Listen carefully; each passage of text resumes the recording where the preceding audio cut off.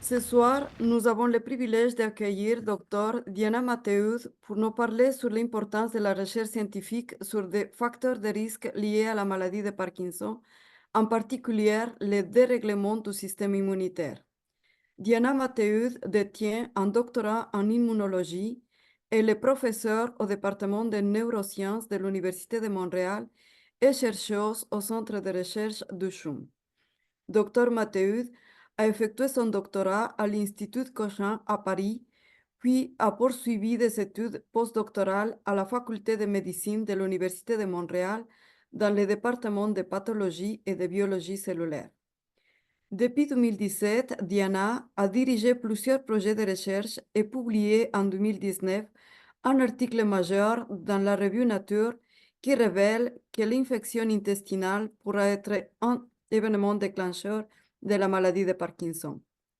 Ces études ont conduit à mettre en évidence un nouveau rôle pour PINK1 et Parkin, deux protéines codées par des gènes associés à la maladie de Parkinson. Les projets de Dr. Matthews sont financés par Parkinson Québec, le Fonds de recherche en santé du Québec, le gouvernement du Québec, la Fondation Michael J. Fox, la Fondation Western Brain, les instituts de recherche en santé du Canada, entre autres. Docteur Matthews, je vous laisse la parole. Merci beaucoup, Dora, pour cette belle introduction. Je vais partager mon écran. Est-ce que vous voyez bien? Oui, Ok, parfait. Merci, bonsoir à toutes et à tous. Comme Dora l'a indiqué, je fais mon intérêt de recherche porte sur la maladie de Parkinson avec un focus en fait sur le système immunitaire. Comme Dora l'a dit, j'ai été formée en immunologie pendant mon doctorat. Et par la force des choses, en fait, je suis arrivée à la maladie de Parkinson. Euh, on va voir, en fait, au cours du séminaire, j'ai essayé de faire quelque chose, en fait, un peu plus vulgarisé, puis essayer de vraiment divulguer des informations qui pourraient être utiles et faciles à comprendre. Mais c'est ça, en fait, moi, quand j'ai commencé mes recherches dans la maladie de Parkinson, le rôle du système immunitaire était complètement inconnu. Donc, c'était à peu près il y a une dizaine d'années. Donc, on était vraiment en dehors des sentiers battus. Et puis, ça a été vraiment quelque chose d'important, en fait, parce qu'on se rend compte aujourd'hui que ça pourrait être une piste de recherche importante pour les traitements. Donc, je vais commencer par remercier déjà toutes les personnes qui sont impliquées dans cette recherche. J'ai la chance d'avoir une équipe de recherche vraiment excellente.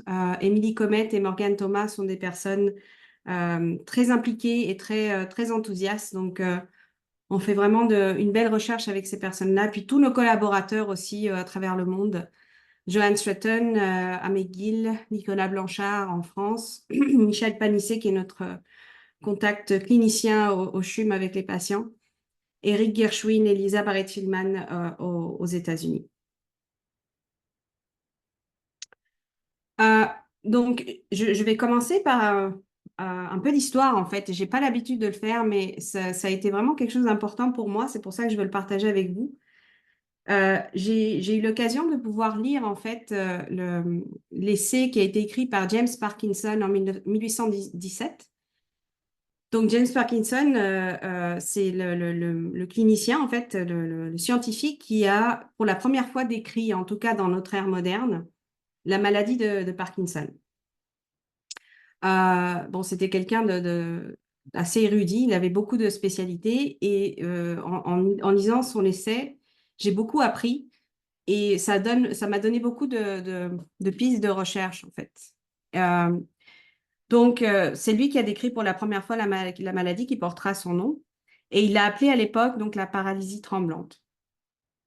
Il y décrit déjà donc il y a 200 ans des symptômes qui sont bien connus aujourd'hui. Oh, pardon. Là, je ne sais pas pourquoi. Voilà. Donc, il y décrit des symptômes qui sont déjà bien connus aujourd'hui. Donc, ce qu'on a les symptômes comme le tremblement au repos, la rigidité musculaire, l'instabilité posturale et notamment la lenteur à exécuter les mouvements.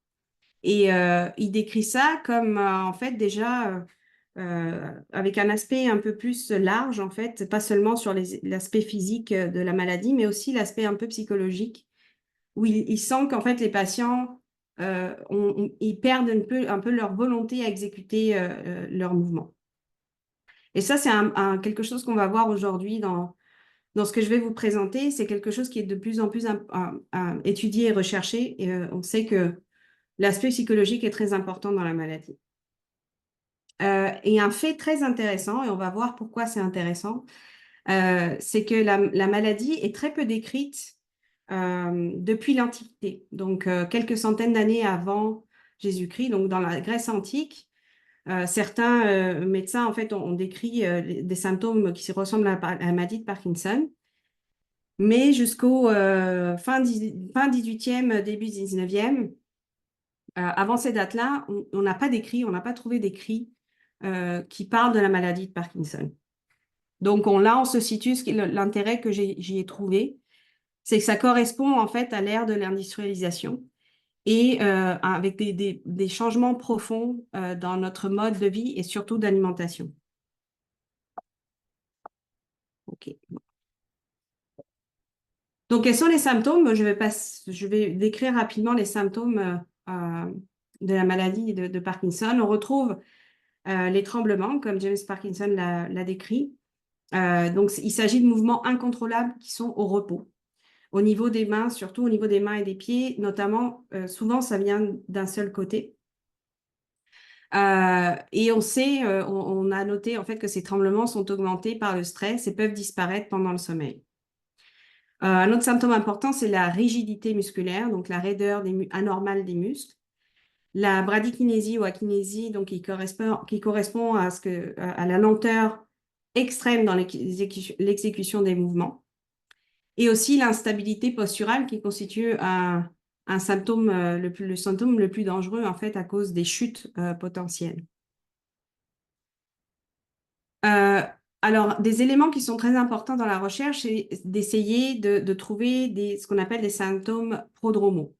Alors, pourquoi on cherche? Parce que les symptômes prodromaux, ce sont des symptômes qui marquent le début de la maladie ou qui vont apparaître avant le début de la maladie. Pourquoi c'est important? En fait, le diagnostic de la maladie de Parkinson reste extrêmement difficile encore aujourd'hui. En fait, on arrive à établir un diagnostic confiant lorsque la maladie est vraiment déjà très avancée et qu'on a une neurodégénérescence importante. Donc, il y a beaucoup de recherches aujourd'hui qui essayent de trouver en fait des marqueurs ou des symptômes donc, qui vont nous permettre de prédire en fait un peu le développement potentiel de la maladie. Pardon. Parmi ces symptômes, on retrouve l'hyposmie, qui est la perte d'odorat. La constipation, ça c'est quelque chose, donc les troubles digestifs, là c'est quelque chose de très très connu en fait chez les patients et on remarque que les patients ont ces problèmes-là depuis bien longtemps avant l'apparition des symptômes clés de la maladie. Pardon. On a aussi, là ça va être des troubles du sommeil, donc notamment ce qu'on appelle le RBD, le Rapid Eye Movement Disorder. Donc c'est en fait un problème pendant la phase de sommeil de rêve. On sait que pendant cette phase-là, on peut la repérer à cause du mouvement rapide des yeux. Et c'est caractérisé en fait par la paralysie du corps pendant cette phase du sommeil, pour que l'individu ne reproduise pas en fait ce qu'il est en train de rêver. Et en fait, donc lorsqu'on a un problème physiologique en fait avec cette phase du sommeil, les personnes ne sont plus paralysées pendant cette phase et vont avoir un sommeil extrêmement agité. Ce trouble est le symptôme prodromal le plus fort qui peut prédire la maladie de Parkinson. Alors, c'est pas parce qu'on a un de ces symptômes prodromales qu'on va développer la maladie, mais ça peut aider en fait le diagnostic au moment du diagnostic. Après, on a d'autres symptômes qui vont plus être liés donc à l'aspect psychologique. Et ça, c'est assez nouveau parce que en fait, on a souvent remarqué que, en fait, on a cru longtemps que les symptômes comme la dépression, l'anxiété, les troubles de l'humeur étaient comme des effets secondaires de la maladie de Parkinson, donc qui apparaissaient après l'établissement de la maladie. Et en fait, on est en train de se rendre compte que c'est pas vraiment le cas et que on peut faire des études qu'on appelle longitudinales, donc on peut suivre en fait des patients au cours du temps et on a vu que des troubles de maladies, enfin des maladies mentales ou des traumatismes très importants vont être un facteur de risque de la maladie de Parkinson. Pardon. Donc, on parlait facteur de risque. Donc, le facteur de risque numéro 1 de la maladie de Parkinson, c'est le vieillissement. Donc, on passe à une maladie plutôt rare quand on est jeune à un individu sur 100 après l'âge de 65 ans. Donc, c'est vraiment un facteur de risque extrêmement important. Ensuite, on a la génétique. Donc, on a identifié un certain nombre de gènes, une vingtaine de gènes en fait, qui, lorsqu'ils présentent des mutations, vont soit donner des phénotypes Parkinson qu'on appelle juvéniles, c'est le cas de Pinquan et Parkin, qu'on va étudier ensuite, ou en fait, bon, d'autres types de mutations qui vont également être associées à la maladie de Parkinson, pas forcément juvénile. Donc, dans certaines familles, on peut voir donc, cette hérédité génétique. D'autres facteurs de risque très importants, c'est l'environnement. Les pesticides, les métaux lourds. On sait que les agriculteurs, par exemple, qui sont très exposés aux pesticides, ont un risque plus élevé de développer la maladie de Parkinson. Puis, on utilise aussi ces pesticides dans les modèles de souris ou les modèles in vitro pour étudier la maladie. Donc, c'est très lié, en fait, à la maladie de Parkinson. Et un autre facteur de risque qui est un peu plus nouveau, auquel je me suis pas mal intéressée ces dernières années, ce sont les infections. On sait qu'il y a certaines infections, notamment des infections virales, qui ont un neurotropisme, c'est-à-dire qu'ils vont atteindre le système nerveux et le système nerveux et le cerveau. Les personnes qui attrapent ces virus-là peuvent vont avoir plus de risques de développer la maladie de Parkinson, notamment dans les pics d'infection, on retrouve des symptômes de type Parkinson. Alors, pour décrire un peu la physiopathologie de la maladie de Parkinson, longtemps, on a cru très très longtemps que la maladie de Parkinson, c'était une maladie du cerveau. Donc effectivement, lorsqu'on a pu voir des cerveaux de patients décédés, ce qu'on a pu remarquer, c'est que au niveau de la substance noire, donc c'est une région du cerveau où se logent les neurones dopaminergiques, on a la perte de ces neurones dopaminergiques qui sont caractéristiques, on peut les caractériser facilement parce qu'ils ont de la mélanine, ce qui fait qu'ils sont noirs en fait. On peut les voir, on peut les tracer à cause de leur couleur. Et donc ça, c'est l'élément le plus caractéristique en fait d'un patient Parkinson, c'est il y a une perte de ces neurones dopaminergiques. Donc, c'est des neurones qui sont responsables de la production de dopamine et qui vont jouer sur justement les mouvements, mais aussi qui peuvent jouer sur notre comportement. Quelque chose qui est très connu depuis très longtemps, en fait, aussi, c'est ce qu'on appelle les corps de Lewy, qui sont en fait on appelle ça comme des corps lipidiques, en fait, qui vont s'agréger dans les neurones. Qui devrait pas, enfin, c'est pas quelque chose qu'on voit normalement chez les personnes saines. Et on ne sait pas encore vraiment à quoi servent ces corps-là, mais on sait que quand on voit ces corps-là, la personne a de grandes chances de développer la maladie de Parkinson. Et on associe ces corps de Lewy à la protéinopathie, c'est-à-dire à une mauvaise gestion des protéines de l'organisme, notamment l'alpha-synucléine, qui est un marqueur très important de la maladie. Donc, ce n'est pas vraiment ce qui va nous intéresser ce soir, Mais gardez en tête que jusqu'à une dizaine d'années, on se concentrait essentiellement sur l'étude des cellules nerveuses et du cerveau, en se disant que tout se passait, toute la physiopathologie se faisait au niveau du cerveau. Or, depuis peu, on a découvert qu'en fait, dans le reste de l'organisme, il y avait aussi des choses qui n'allaient pas chez les patients. Et on a pu caractériser de l'inflammation, donc c'est-à-dire un dérèglement du système immunitaire. Donc, on va rentrer un peu plus en détail là-dessus après. Et aussi, un facteur qui est très étudié en ce moment, c'est le microbiome. Le microbiome, c'est toutes les bactéries, les micro-organismes qui vivent en symbiose avec nous dans notre intestin pour maintenir de manière générale une bonne santé. Et on a découvert que chez les patients Parkinson, il y a un fort dérèglement du microbiome, c'est-à-dire qu'il y a des bactéries, certaines bactéries qui disparaissent et d'autres qui augmentent. Et ça crée un débalancement très important de l'intestin et ça va avoir des conséquences sur le système immunitaire, notre métabolisme et probablement la maladie de Parkinson. Un élément qu'on étudie beaucoup dans le laboratoire, c'est le dysfonctionnement de la mitochondrie.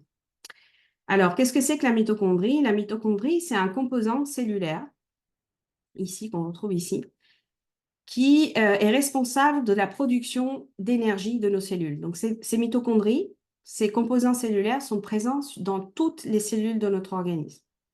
Et on va voir après qu'en fait, ce composant est une ancienne bactérie qui a fusionné avec nos cellules pour augmenter de manière exponentielle notre capacité à produire de l'énergie.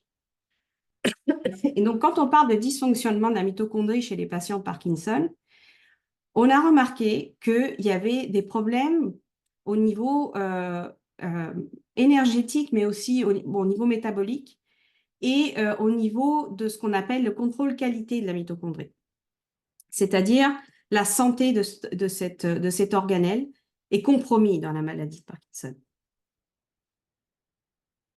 Alors, donc ça, l'inflammation, le microbiome et la mitochondrie sont les éléments qu'on étudie beaucoup dans le laboratoire. Donc, je vais essayer de vous faire un petit résumé en fait de ce que c'est le système immunitaire. Le système immunitaire, c'est une fonction primordiale de notre organisme qui permet de se défendre contre les infections. C'est aussi un système qui va permettre de réparer. Donc, lorsqu'on se coupe, etc., le système immunitaire va venir réparer une blessure. Et donc, comment s'organise le système immunitaire? Alors, au niveau de l'organisme, on a ce qu'on appelle des organes lymphoïdes. Donc, on a les organes lymphoïdes primaires, comme le thymus ou la moelle osseuse, où dans ces organes-là, on va générer les cellules immunitaires. Et ensuite, on a ce qu'on appelle les organes lymphoïdes secondaires, comme la rate ou les ganglions. Et en fait, ces organes sont essentiels pour générer la réponse immunitaire avec les cellules immunitaires. Donc, les cellules immunitaires sont générées dans la moelle osseuse et dans le thymus, et ensuite, elles vont migrer dans ces organes lymphoïdes secondaires pour faire leur travail.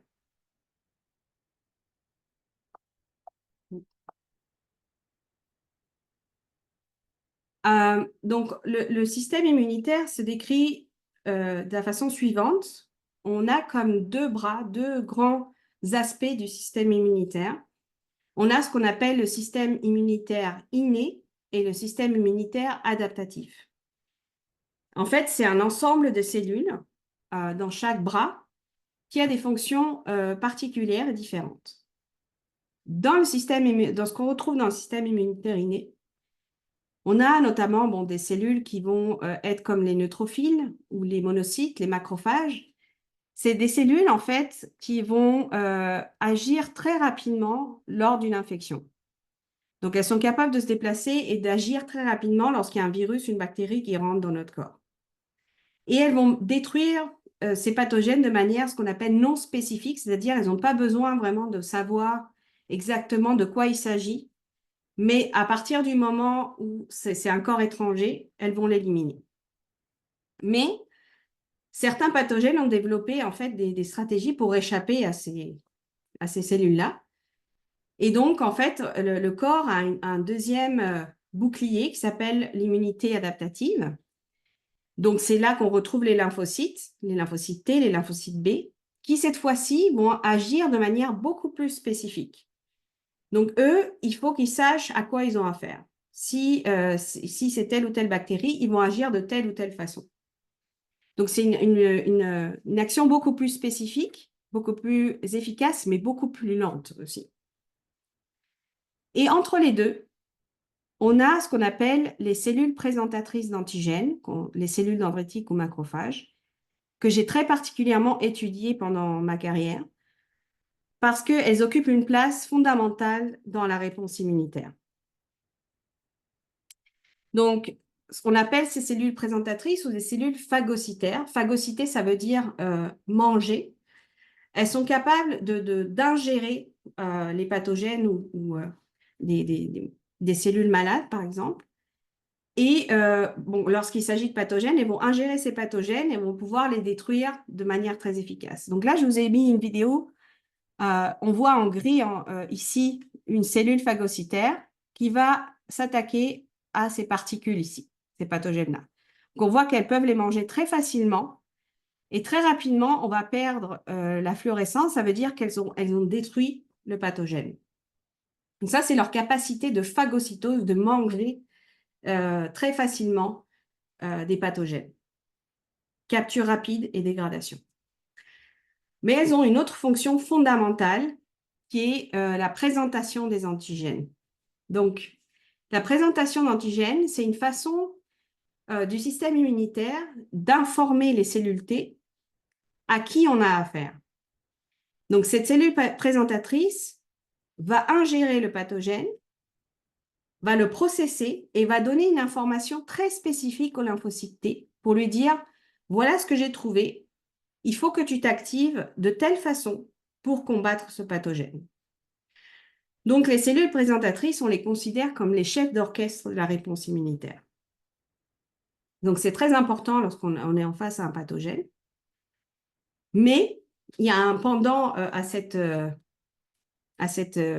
fonction, c'est que si on crée un environnement inflammatoire, comme c'est le cas de la maladie de Parkinson, c'est-à-dire lorsque le système immunitaire est suractivé, ces cellules présentatrices peuvent cette fois-ci commencer à présenter le soi, c'est-à-dire notre organisme, certaines parties de notre organisme, comme un pathogène aux lymphocytes T. C'est ce qu'on appelle l'auto-immunité. Donc cette fois-ci, les cellules T vont reconnaître les composants de notre organisme comme un composant étranger et donc vont l'attaquer. C'est ça l'auto-immunité. Et nous, ce que je vais vous présenter là, c'est ce qu'on a vu, c'est qu'en fait, dans la maladie de Parkinson, il y aurait ce type de mécanisme d'auto-immunité, en plus de l'inflammation, contre l'organelle que je vous ai présenté tout à l'heure, la mitochondrie. Alors, pour revenir à la mitochondrie, donc comme je vous l'ai dit, c'est l'organelle qui permet de produire notre énergie. Donc, en fait, cette organelle, c'est une ancienne bactérie qui a fusionné avec la cellule ancestrale, une cellule ancestrale, et elles ont créé une symbiose. C'est aussi le cas des chloroplastes pour les plantes, c'est juste un exemple ici. Et cette fusion a permis de potentialiser de manière extraordinaire la production d'énergie à partir de la même source d'aliments. On va créer 38 molécules d'ATP. Donc, les molécules d'ATP, c'est un peu l'unité de mesure de l'énergie. Donc, on a 38 molécules d'ATP contre 2 molécules d'ATP dans la cellule ancestrale. Donc, c'est une symbiose qui a bénéficié énormément à l'évolution des espèces. Mais donc, c'est un peu, la mitochondrie est considérée comme la centrale nucléaire de l'organisme et des cellules. Et en fait, le problème, comme les centrales nucléaires, hein, c'est un peu vraiment le même parallèle, c'est que cette production d'énergie par la mitochondrie génère beaucoup de stress oxydatif. Le stress oxydatif, c'est on génère des molécules qui peuvent affecter très fortement tout le composant de l'organisme. C'est d'ailleurs un trait de la maladie de Parkinson. On retrouve beaucoup de stress oxydatif chez les patients Parkinson. Et donc, avec ça en tête, on sait que la mitochondrie est une ancienne bactérie qui a fusionné avec la cellule ancestrale. Il a fallu trouver un moyen pour cacher cette ancienne bactérie du système immunitaire.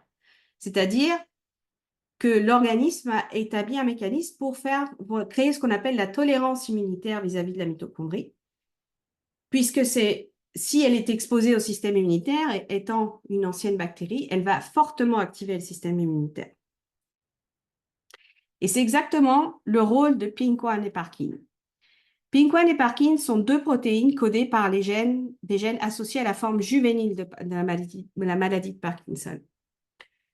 Et il y a à peu près une dizaine d'années, Richard Ewald, aux États-Unis, a découvert que en fait, ces protéines sont extrêmement importantes pour maintenir cette tolérance immunitaire, pour ne pas activer le système immunitaire contre la mitochondrie.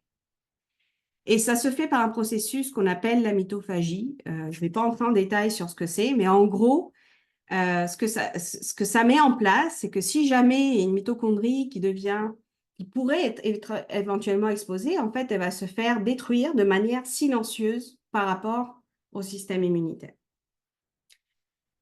Et ce qu'on a découvert, c'est qu'en l'absence de PINK1 et Parkin, ce mécanisme de destruction silencieuse de la mitochondrie ne pouvait plus avoir lieu. Et encore une fois, sans entrer dans les détails, ce que ça génère ce qu'on appelle le MyTap, ou la présentation d'antigènes mitochondriaux. C'est-à-dire que cette fois-ci, on n'a plus une réponse, enfin une dégradation silencieuse, mais une exposition de la mitochondrie au système immunitaire. Et ça, c'est évidemment, c'est quelque chose de très dangereux parce que des mitochondries, on en a un peu partout dans l'organisme. Donc, excusez-moi. Et donc, par la suite, on a créé en fait un modèle de souris pour étudier cette question très spécifique. Donc, est-ce que lorsque quelqu'un qui n'a pas de PINK1 ou n'a pas de Parkin, un problème avec ces protéines-là, lorsqu'elle est exposée à un stress comme une infection, ça va éventuellement déclencher une exposition en fait des antigènes mitochondriaux, c'est-à-dire des composants mitochondriaux, aux lymphocytes T, d'accord? Donc, ces lymphocytes T s'activent contre ces signaux mitochondriaux. Ils vont aller dans la circulation et éventuellement pénétrer le cerveau et attaquer les neurones dopaminergiques. Pourquoi les neurones dopaminergiques? Parce que ces neurones ont une activité mitochondriale extrêmement forte. Donc, c'est des neurones qui sont le plus susceptibles d'exposer des composants mitochondriaux à leur surface. Donc, juste pour illustrer, en fait, une des données qu'on a générées là-dedans, c'est le POL test. Donc, le POL test, c'est une mesure qui permet c'est un test qui permet de mesurer des troubles du mouvement de la souris. Donc, ça, c'est une souris tout à fait normale. Quand on la met sur le pôle, on voit qu'elle descend extrêmement rapidement. C'est un réflexe. On la met en haut, elle descend en quelques secondes. Alors là, je vais vous montrer une vidéo. À gauche, vous allez avoir une souris donc, qui est déficiente pour le gène PINK1, infectée par une bactérie qui va atteindre l'intestin. Donc ça va être à gauche. Et à droite, c'est la même souris traitée avec de la dopamine. Donc on voit tout de suite que là, la souris, elle a du mal à descendre. Elle met beaucoup plus de temps à descendre par rapport à la souris contrôle. Mais si on lui ajoute de la dopamine, la souris arrive à redescendre. Donc ça montre, et on l'a montré dans l'article, en fait, que vraiment, cette déficience en PINK1, si ces souris sont stressées d'une manière, par exemple, par une infection, les souris vont développer des symptômes de type Parkinson, vont avoir une dégénérescence des neurones dopaminergiques. Et on a fait le lien avec cette réponse anti-mitochondriale, donc un dérèglement du système immunitaire qui va mener le système immunitaire à attaquer certaines cellules, comme les neurones dopaminergiques. Donc ça a été un travail vraiment très important parce que ça a mis en perspective en fait le fait que la maladie de Parkinson, c'est une maladie qu'on appelle multiple hit disease. Il y a plusieurs facteurs ensemble qui vont, c'est pas un seul facteur, mais des facteurs ensemble qui vont générer la maladie. Donc là, on a utilisé par exemple une bactérie qui va atteindre l'intestin. Donc on pense créer un dérèglement en fait du microbiome. On crée une inflammation et donc parmi cette réponse, dans cette réponse immunitaire, on crée ce qu'on appelle les mitochondrial specific T cells. Donc c'est les lymphocytes T qui sont capables de reconnaître la mitochondrie. Donc maintenant, depuis que j'ai ouvert mon laboratoire en 2017, on se concentre, ça a été des modèles in vitro et souris. Maintenant, on essaye de vraiment étudier ces réponses-là chez l'homme et chez les patients.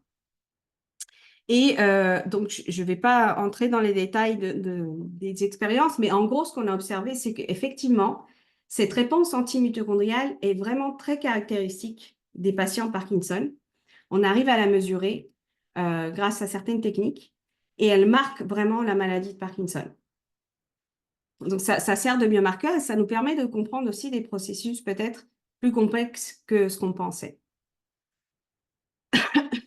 Alors, il y a une autre maladie qui est connue pour avoir de l'auto-immunité mitochondriale qui s'appelle la cirrhose biliaire primitive. Alors, c'est un nom un peu barbare pour décrire une maladie auto-immune du foie. Donc, en fait, ce qui se passe dans cette maladie-là, normalement, l'acide biliaire, donc qui est produite dans notre foie et qui est stockée dans la vésicule biliaire, est sécrété lors de la digestion pour aider à digérer notamment les acides gras. Mais cet acide biliaire doit être métabolisé, c'est-à-dire qu'il doit être, changé, en fait, sa structure doit changer dans l'intestin avant de pouvoir agir. Et ça se fait grâce au microbiome, notamment une bactérie qui s'appelle Clostridium. Donc, quand tout va bien, la bactérie permet de métaboliser l'acide biliaire, de faire la digestion, et s'il y a un excès d'acide biliaire, l'acide biliaire est recyclé dans le foie. Alors, ce qui se passe dans le foie, ici on voit en fait c'est les conduits biliaires qui permettent donc le transport de l'acide biliaire. Lorsqu'on a la maladie de la cirrhose biliaire primitive, en fait on observe une très forte inflammation au niveau des conduits biliaires avec l'accumulation de l'acide biliaire. Et quelque chose qui est caractéristique de cette maladie, c'est aussi l'accumulation de ces lymphocytes T qui reconnaissent des antigènes mitochondriaux et qui attaquent les cellules du conduit biliaire. Alors, de prime abord, on ne voyait pas vraiment le lien avec la maladie de Parkinson. Et là, je vous partage, en fait, ce n'est pas vraiment des données parce qu'on commence vraiment à étudier ce phénomène, le lien entre cette maladie et la maladie de Parkinson. Alors, très récemment, il y a quelques études qui ont montré effectivement, bon, ça c'est juste pour illustrer, mais en fait, ce que ça dit, c'est que les patients Parkinson ont des problèmes dans le métabolisme de l'acide biliaire. Donc, comme je vous l'ai dit, lorsque l'acide biliaire est mal métabolisé, en fait, on va le voir au niveau des produits dérivés de l'acide biliaire. Et c'est ce qu'on voit ici. On voit l'accumulation de certains composés associés à l'acide biliaire qui ne devraient pas être aussi hauts. Et en fait, en regardant en fait un peu le type de réponse qu'on avait immunitaire, on s'est rapproché éventuellement de penser que ces réponses T spécifiques des antigènes mitochondriaux ressemblaient à des réponses antiparasitaires. Et en fait, on a découvert que certains parasites, notamment comme Toxoplasma gondii, qui est un parasite extrêmement courant dans notre société, on va le voir après, mais il semble qu'une très grande partie de la population soit infectée par le parasite. C'est un parasite qu'on ingère très souvent dans notre alimentation, par la viande notamment. Ce parasite, lorsqu'il infecte l'organisme, détruit cette bactérie du microbiome qui permet la métabolisation de l'acide biliaire. Et donc, ce qui se passe, c'est qu'en fait, l'acide biliaire non métabolisé s'accumule et va être reconduite dans le foie. Mais cette fois-ci, elle va créer donc une inflammation et la réponse auto-immune. Donc, c'est ce qu'on voit ici. Donc, on pense que lors de l'infection, en fait, l'acide biliaire revient, puis ça crée les symptômes de la cirrhose biliaire primitive. Donc, tout notre projet de recherche actuellement, c'est essayer de voir quelle est l'association réelle donc, entre la cirrhose biliaire primitive et l'infection par Toxoplasma gondii. Alors, quelque chose de très intéressant, Toxoplasma gondii, c'est un parasite qui n'était pas vraiment très connu, enfin, en tout cas pas très étudié, parce que, en fait, lorsqu'on est infecté par ce parasite, on n'a presque pas de symptômes.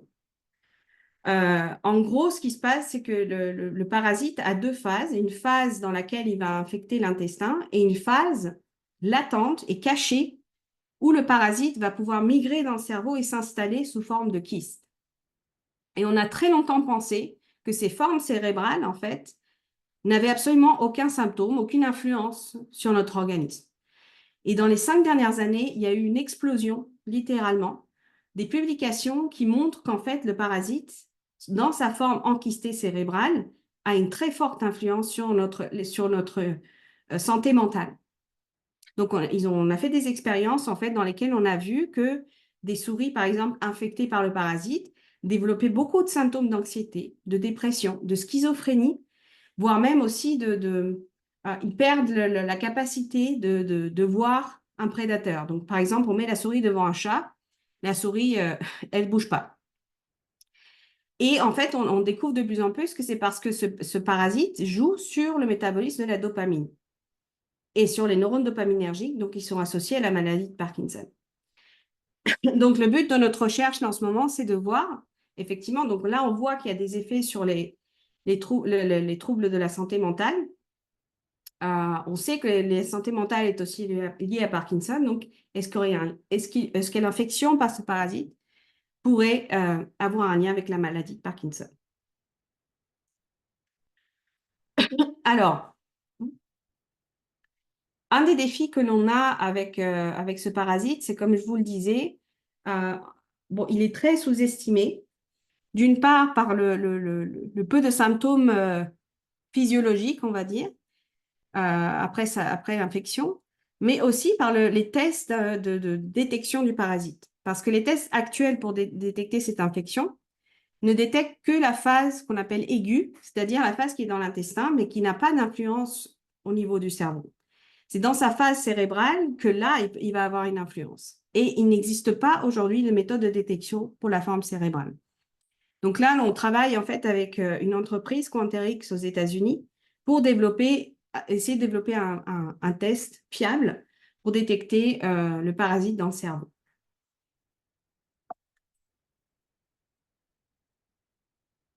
Et enfin, donc le dernier pan en fait de notre recherche qui se porte encore sur la mitochondrie.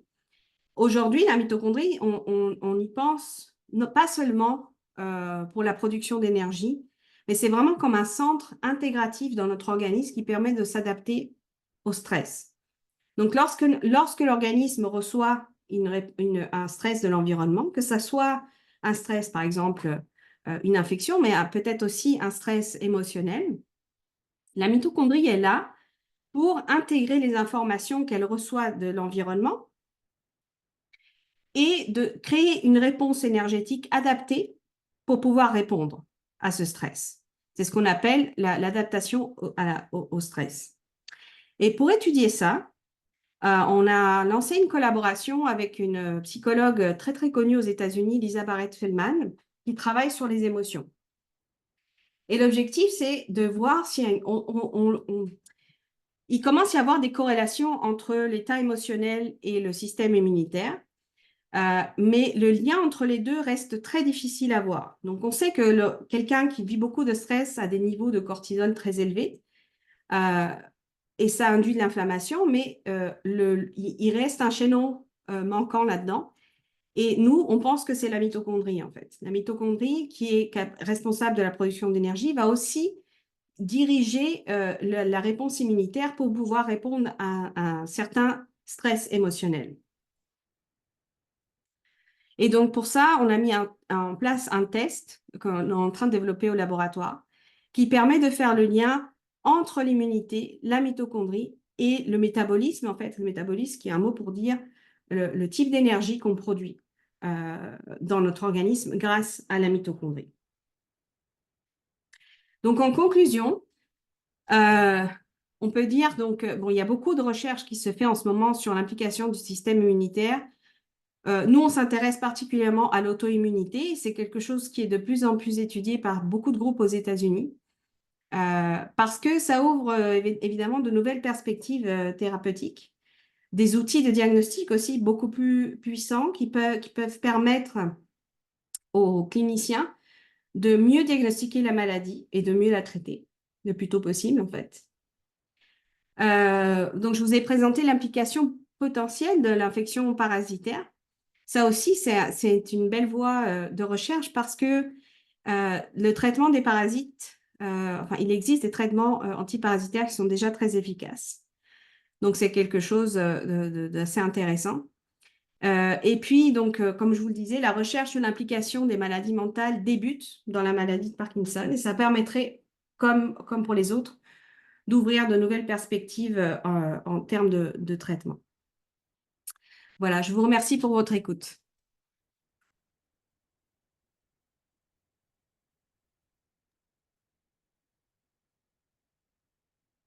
Merci beaucoup, Diana, pour cette magnifique conférence.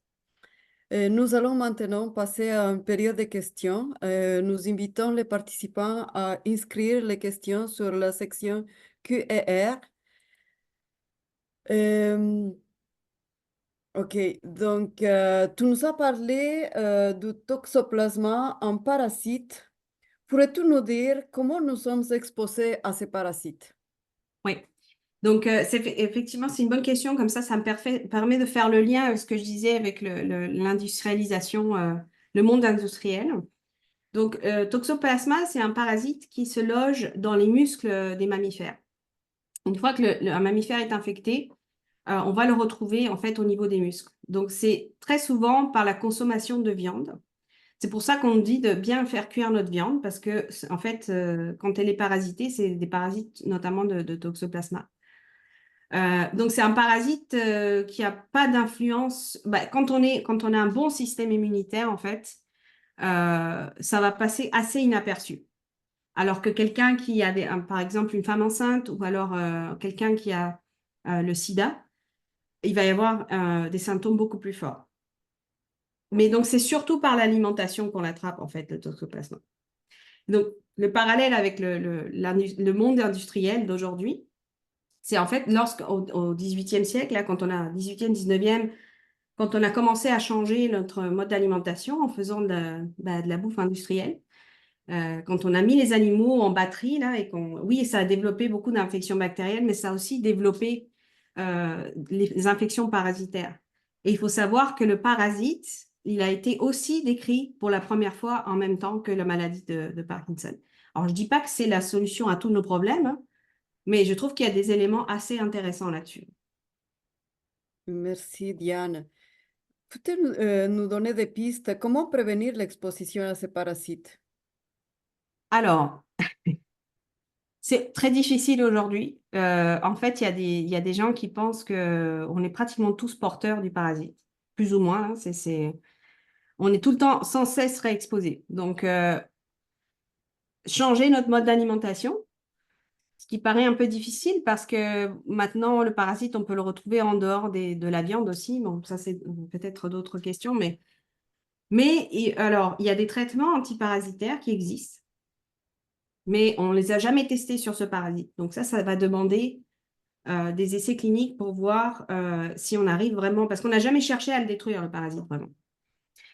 Il existe des traitements, donc des drogues, hein, qui sont enfin des industries pharmaceutiques, mais moi, je suis très intéressée aussi par les plantes, parce qu'il y a une plante notamment qui s'appelle Artemisia annua, qui est une plante extrêmement courante un peu partout dans le monde.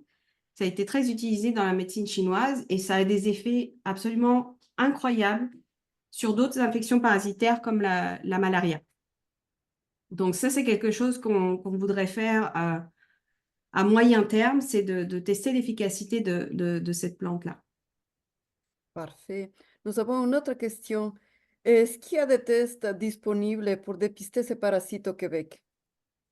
Alors, comme je disais, oui, il y a des tests qui existent, mais qui vont détecter une forme qui est pas, enfin, c'est la forme qu'on appelle aiguë, celle qui est dans l'intestin, pas celle qui est dans le cerveau. Donc, on peut faire le test.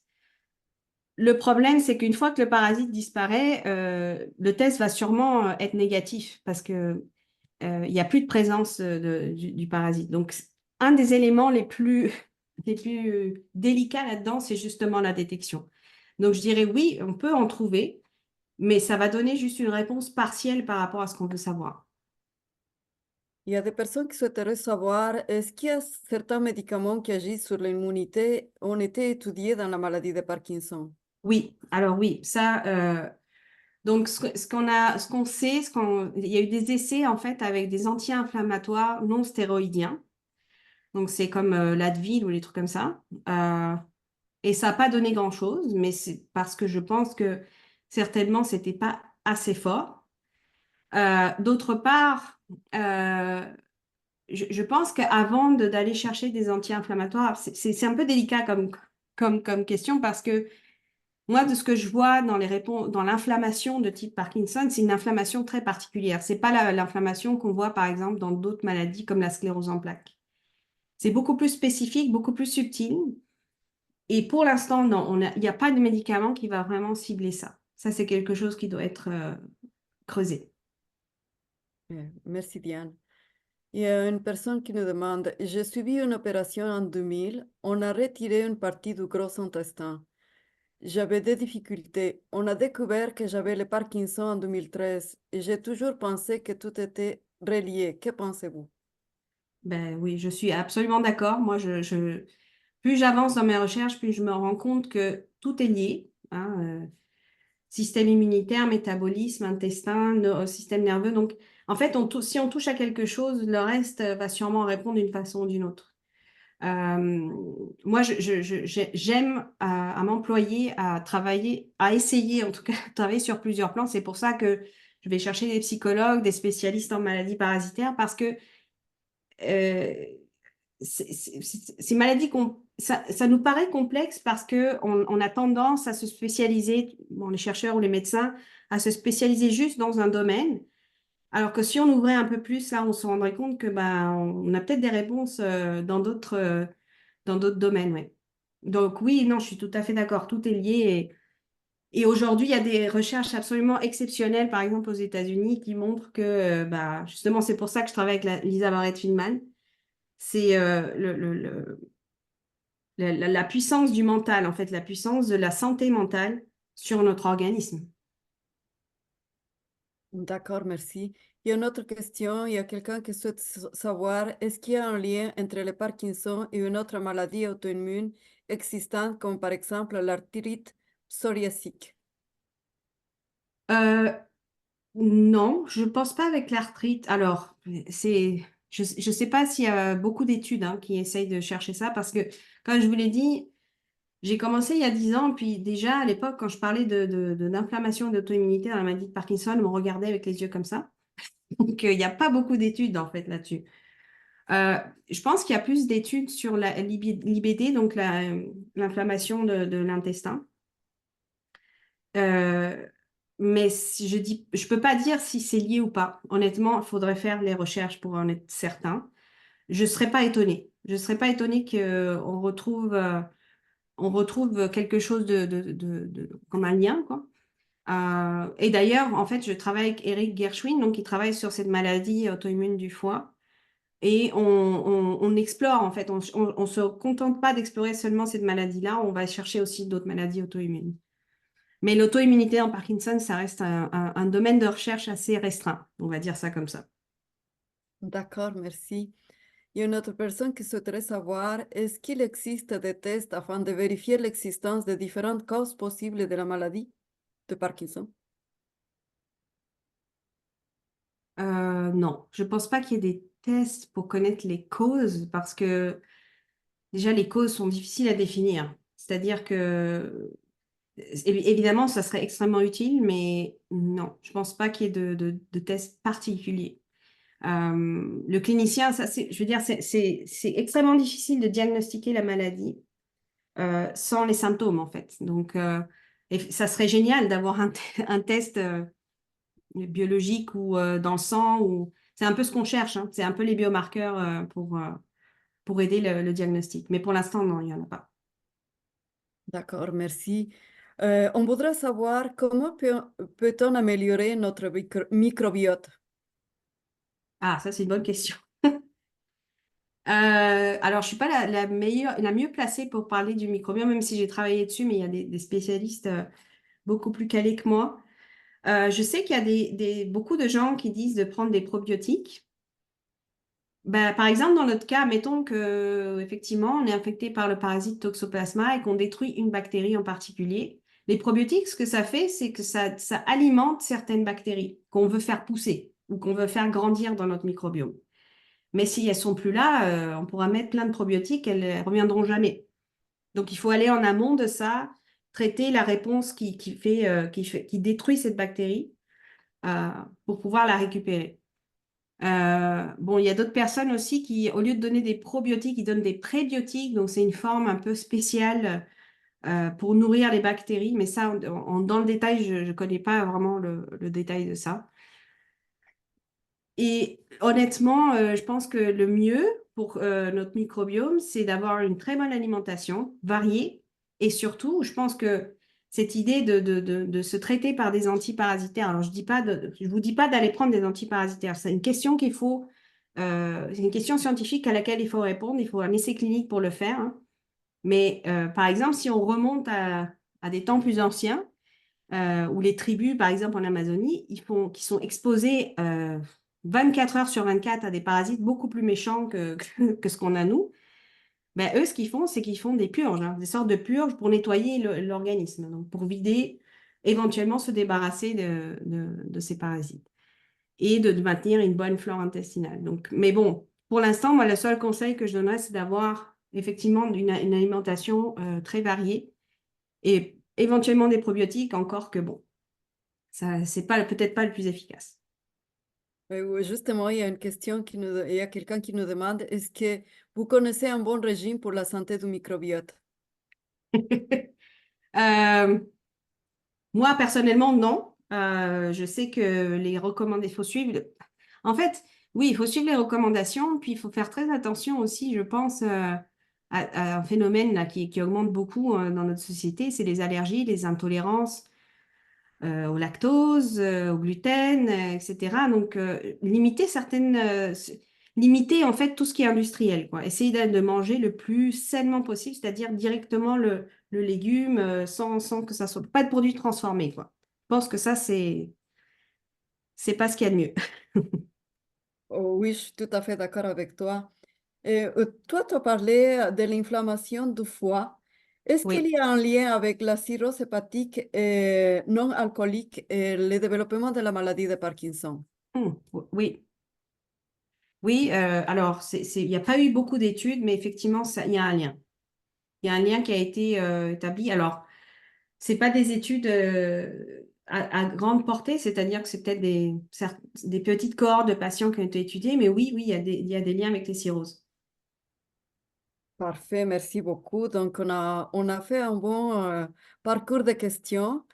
Et maintenant, nous allons poursuivre avec notre programmation. Donc, merci Diana. Nous espérons J'arrête de que les partager, hein. efforts que vous et d'autres chercheurs déployés pourront bientôt nous orienter vers des solutions concrètes pour freiner la progression de la maladie de Parkinson. Maintenant, je vais partager mon écran pour parler sur les projets de recherche.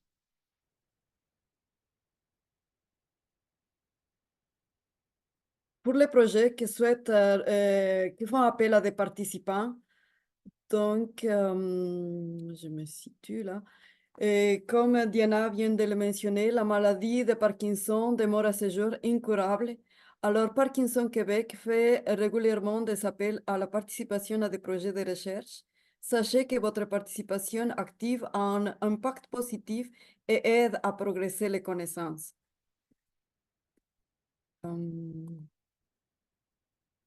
Pardon. Donc, voilà, nous avons un projet dirigé par Dr. Lynn Baudet, chercheuse au CHUM, dont son projet porte sur l'évaluation du déploiement provincial de 3 interventions psychoéducatives, dont Ta vie en mouvement, témoignages inspirants et conseils d'experts. On souhaiterait qu'il y ait des personnes qui participent à l'interview de groupe ou un sondage. Les critères de sélection sont avoir être âgé de plus de 18 ans, être une personne atteinte de la maladie de Parkinson ou un proche aidant, ou les deux.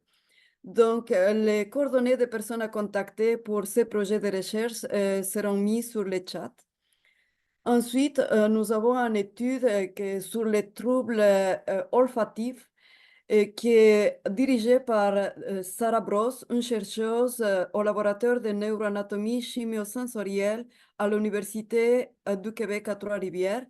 Donc, les critères de sélection, c'est d'avoir été diagnostiqué de la maladie de Parkinson, avoir plus de 55 ans, pouvoir se déplacer à l'Université du Québec à Trois-Rivières, ne pas avoir de diagnostic de troubles cognitifs, ne pas avoir de polypes nasaux, ne pas avoir eu de chirurgie nasale, ne pas consommer de la cigarette, ne pas avoir de troubles de consommation, ne pas avoir des allergies importantes, ne pas avoir un stimulateur cardiaque. Nous avons aussi un autre projet qui porte sur l'évaluation de l'influence de la fatigue associée à la maladie de Parkinson. Cette étude est dirigée par Caroline Paquette, chercheuse à l'Université McGill.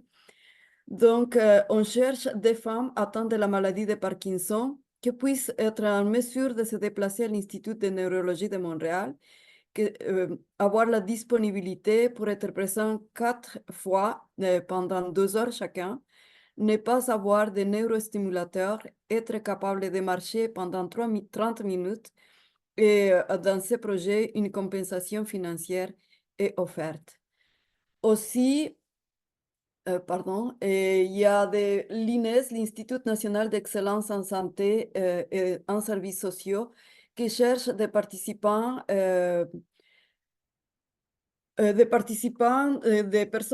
proches aidantes des aînés vivant à domicile. Donc, l'objectif, c'est d'obtenir le point de vue des personnes proches aidantes sur le soutien potentiel qu'on pourrait développer pour répondre à leurs besoins. Maintenant, je vous invite à vous inscrire à participer à notre prochain webinaire qui aura lieu le 26 mars, dont le sujet c'est l'alpha-synucléine, le Parkinson, comprendre le passé, le présent et le futur, qui sera présenté par Abid Weslati, professeur à l'Université de Laval. Le 28 mars, on aura la présence d'un témoignage, une personne vivant avec la maladie de Parkinson. Madame Yolande Crepeux parlera de son expérience en lien avec la maladie de Parkinson depuis elle a été diagnostiquée en 2008. L'information pour ce webinaire sera bientôt diffusée sur notre prochaine infolettre. Donc voilà, ça c'est les études et nos prochains événements. Donc, on a fini notre rencontre aujourd'hui avec Diane et l'équipe de Parkinson Québec tient à remercier à tous les participants à ce webinaire et les soutiens que vous avez manifestés à travers de vos dons. Nous remercions également nos bénévoles pour le soutien technique et très particulièrement Dr. Diana Matthews pour cette magnifique conférence. Je vous remercie et merci à tous. À la prochaine. Au revoir. Au revoir.